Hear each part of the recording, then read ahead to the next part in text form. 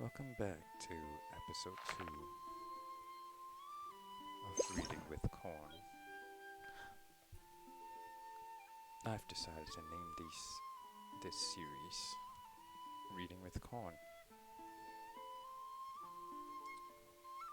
where I'll read the books which you probably have not read. So today we're going to be reading Volume 2 of the Teyvat Travel Guide, Liyue chapter. Teyvat Geographic Special Edition, Alice's Travels in Liyue.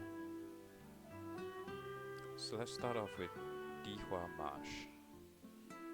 The northern stretch of the Bishui River turns into a wetland.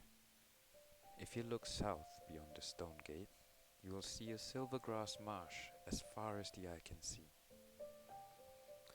At the southernmost point of the marsh is an inn perched atop a giant rock. That is the Wangshu Inn, the highest point on the entire marsh. Look south from there and you will see the Guili Plains. You can also make out the Guyun stone forest across the sea. Also, there's a weirdo staying at the inn on the top floor. I don't think I've heard him say a single word.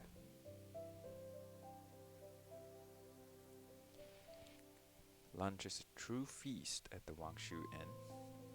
The kitchen is equipped with every utensil you could imagine, perfect for getting some practical alchemy experience. On the topic of alchemy practice, I've got a few new things to test out in my search for an explosion catalyst. If everything goes smoothly, I'll spend a few more days here, then head to the Guili Plains. Guili Plains. In the end, I came to the Guili Plains a few days earlier than I originally planned. Records suggest that prior to the Archon War, this area was a thriving marketplace. The foxes and wild finches are stunning here, with fur and feathers that have a certain glow about them.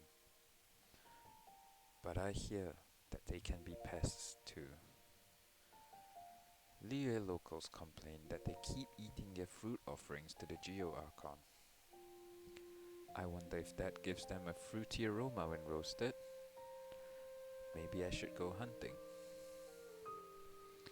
They run a strict operation at the checkpoint on the main road, but the guards who work there are friendly people. I made a potion from some local herbs and gave it to one of them for his stutter. It cured him, but it did have some minor side effects. He now can't help but constantly imitate everyone he comes across. Not just what they say, but the way they say it. It's uncanny how spot on his impressions are. Juyun Karst. I'm told that somewhere amidst the misty peaks of Juyun Karst lives an Adeptus, the exact location hidden somewhere in the ocean of cloud. All the Liyue herb gatherers claim to have seen the realm of the Adepti in all its glory revealed before their very eyes in the clouds. Based on personal experience, I can say that overindulging on certain types of mushrooms can induce visions of a similar nature. The terrain here fascinates me. So many of these stone pillars look like they belong deep underground, not here on top of a mountain. There is supposed to be an underground reservoir here. Part of me wonders if all the water was drawn out. Perhaps Juyun Karst would find itself back on the ocean floor where it belongs. My travel companion Zhongli is the sternest person I know, but he seems most entertained by this theory. He won't stop laughing. What an odd fellow.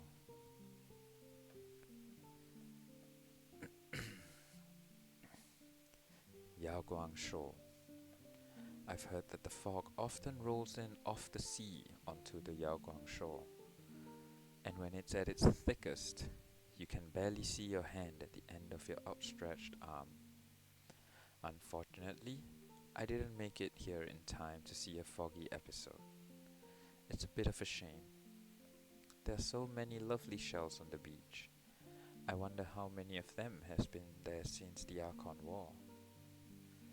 I strung some of them together to make a necklace, but unfortunately that fisherman from the inn sat on it and broke it. Every last shell brutally crushed beneath his merciless buttocks. None was spared. Not only that, but because he injured himself on the shards of broken shell, I had to pay his medical bills. A giant conch shell stands on the beach where the Bishui River enters the sea. A kind old lady lives inside.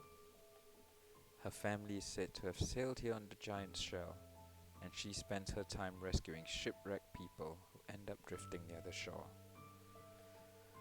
I think that repurposing the giant shell as a self-propelled boat would make it much easier for her to rescue people from the sea. But after I lost control of my third prototype seashell boat and it blew up, the kind old lady decided she was not going to rescue me from the sea anymore.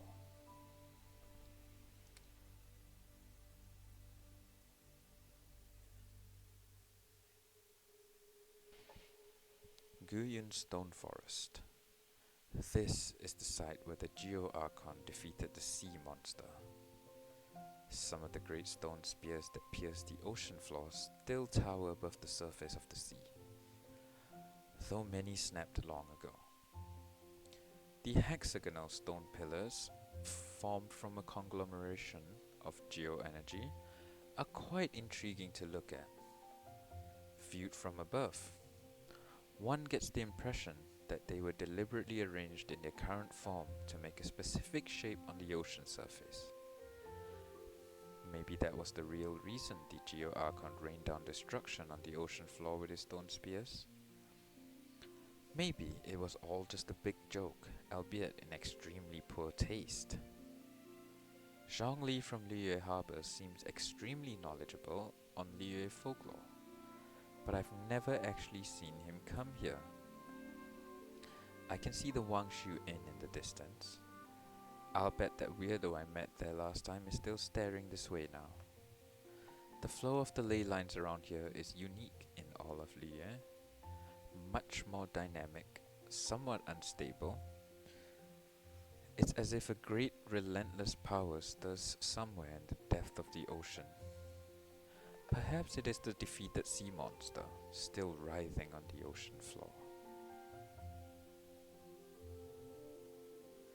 And that was it for Volume 2 of Teyvat Travel Guides.